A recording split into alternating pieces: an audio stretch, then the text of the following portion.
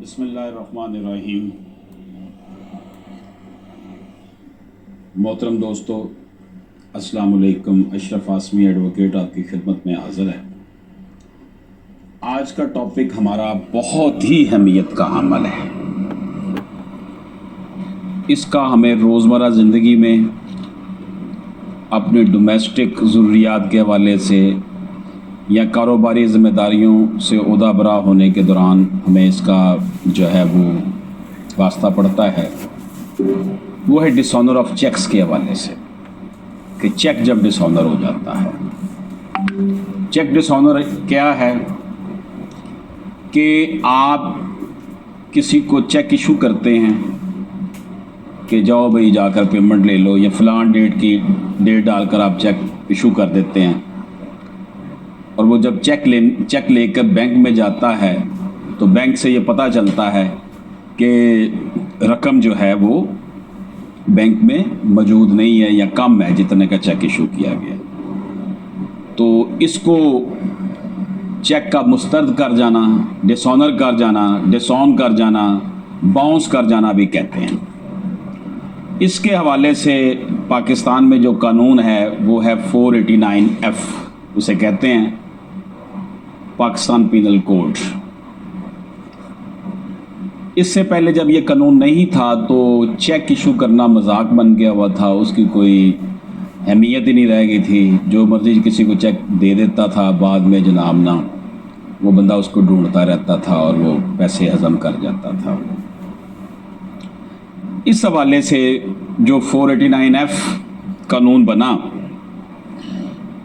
तो इसके हवाले से ये आर्टिकल, मेरी जो लिखी हुई किताब है कानून की हकमियत, उसमें भी पेज 165 पर ये आर्टिकल नंबर 26 के साथ मौजूद है कि चेक जारी करते वक्त बददियानती का इर्तिकाब और ताज़ीज़ात पाकिस्तान की दफ़ा 489F का इतलाक़। इस अनवान के तहत इसे आर्टिकल को मैंने इसमें शामिल किया है। ये नेशनल लैंग्वेज में लिखी हुई पहली अपनी नवीयत की किताब है।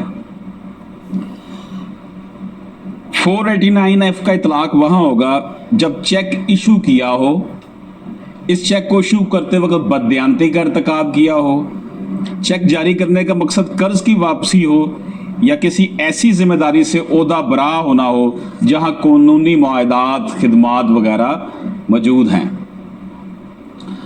ये यानी कि हमने गारंटी के तौर पर दे दिया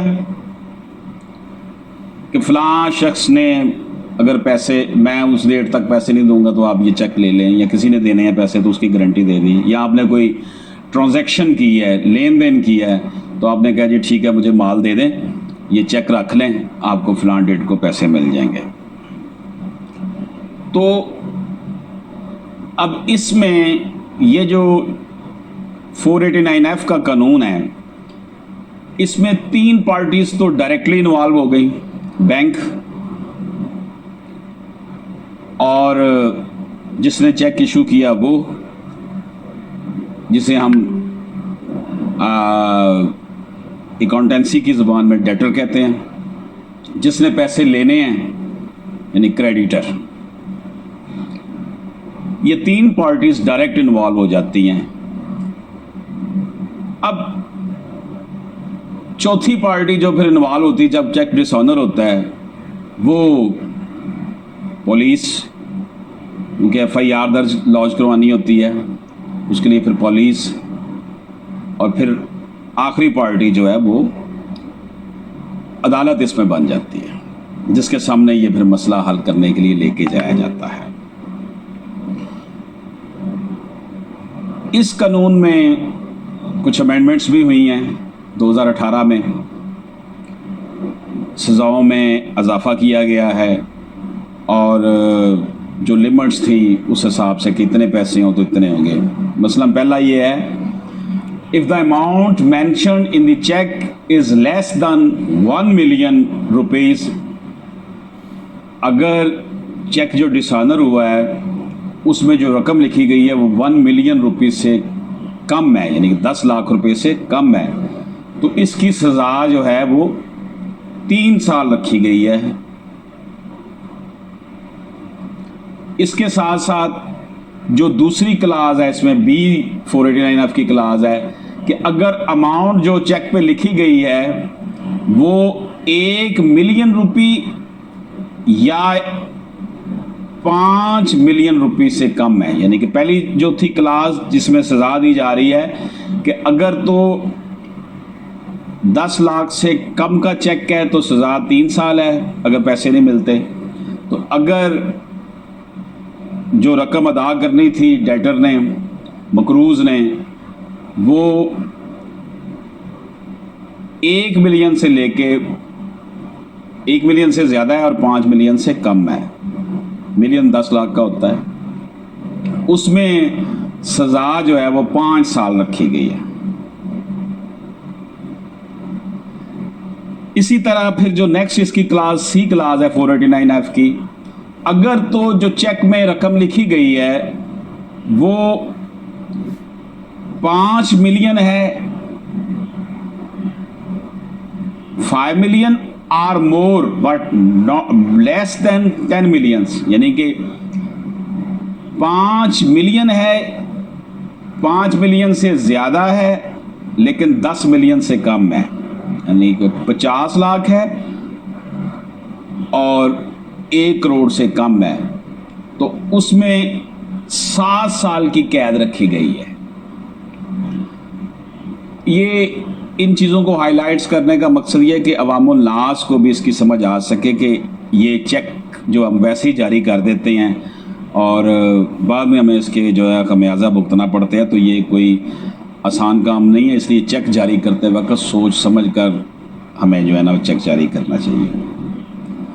नेक्स्ट क्लास इसकी जो है जी, if the amount mention in the cheque is 10 million rupees or more with imprisonment of either description for a term which may extended to 10 years और विद अ फाइन, सबके साथ फाइन भी है। तो अगर तो 10 मिलियन है, 10 मिलियन जो है वो बन जाता है 1 करोड़ रुपया, या 1 करोड़ रुपये से जायद है तो फिर सजा 10 साल और है। अब हम जब ये देखते हैं इस कानून की तशरीहात, ये कानून मजाक बनकर रह गया था, तब सज़ा सिर्फ 3 साल थी, इसलिए इसमें अमेंडमेंट्स लाई गई, 3 साल, 5 साल, 7 साल और 10 साल की सज़ाएँ शेड्यूल की गई। वरना करोड़ों रुपये लेकर लोग कहते जी ठीक है 3 साल के लिए हम अंदर रहते हैं, हमारा कौन क्या कोई बिगाड़ देगा। तो एक ये अफेक्टिव अप्रोच है और इस हवाले से इसके कानून को बेहतर बनाने की कोशिश की गई है, क्योंकि अब महंगाई इतनी हो गई है, इन्फ्लेशन रेट पाकिस्तान में इतना ज़्यादा कि करोड़ रुपया तो मामूली चीज़ बन गई है, यानी कि आप 4-5 मरले का घर भी करोड़ रुपये से ज़्यादा का आता है। तो करोड़ रुपया का अगर कोई चेक डिसऑनर होता है तो उसकी सज़ा फिर 10 साल है। तो मतलब ये है कि बंदे ने फिर अंदर ही रहना सारी ज़िंदगी। तो इसका मतलब ये हुआ कि इतनी सज़ा रखने से ये होगा कि एक पेमेंट करने के हवाले से जो है ना लोग कॉन्शियस रहेंगे। अब हम आते हैं इस कानून के माशरे पर क्या इफ़ेक्ट हुए। चेक का जो मजाक बन जाना था उसमें कमी आई है, और अब जो ये अमेंडमेंट 2018 में आई है, पहले तो सिर्फ था 3 साल की कैद, अब ज़रा फ़र्क पड़ गया है, सज़ाएँ बढ़ा दी गई हैं, तो कॉन्शियसनेस ज़्यादा आ गई है। बैंक पुलिस की मिली भगत तो हर हवाले से होती है। 489F के हवाले से पर्चा कटवाने के लिए लोगों को फिर सेशन कोर्ट जाना पड़ता है, FIR अगर पुलिस लॉन्च नहीं करती। तो इस हवाले से मैं ये समझता हूँ कि तरक्की पजीर ममालिक में, थर्ड वर्ल्ड कंट्रीज़ में, जहाँ पर अपने अहद का पास ना रखा जाता है, हमारा तो हालांकि मुस्लिम माशरा है, मुसलमानों का मुल्क है, यहाँ पर तो अहद की पासदारी होनी चाहिए, लेकिन मजाक बना हुआ है। तो ऐसे कवानीन सख्त से सख्त होने चाहिए, जिसके लिए ये 489 एक अच्छी कोशिश है। लेकिन इसमें अब ये है कि आपने ये साबित करना है कि जब मैंने चेक इशू किया था उस वक़्त मेरी बदनीयती नहीं थी, मैंने in good faith cheque issue किया, बाद में पैसे नहीं निकले तो अब मैं दे देता हूँ, उस वक़्त नहीं थे जब, अब मैं दे देता हूँ, तो अदालत उसको जो है कदगन नहीं लगाएगी, वो कहेगी ठीक है सेटलमेंट हो रही है, पैसे इसको आप दे दें। 489F का जो जुरिस्डिक्शन है, ट्रायल जो है वो सेशन कोर्ट में होता है, फिर लोग हाई कोर्ट में आ जाते हैं इस हवाले से। लेकिन ये है कि चेक जो है वो अब मजाक नहीं है, चेक देते वक्त सोचना समझना पड़ता है। तो नाज़रीन इकराम, इसमें एक और भी प्रॉब्लम है कि सूद खोर जो हैं वो सूद पे रकम देते हैं और उसके अगेंस्ट चेक ले लेते हैं, जो बहुत बड़ी समाजी बीमारी है। मसलन किसी ने अगर 50,000 लिया है तो 1.5 लाख का या लाख का चेक दे दिया है, तो ना तो वो असल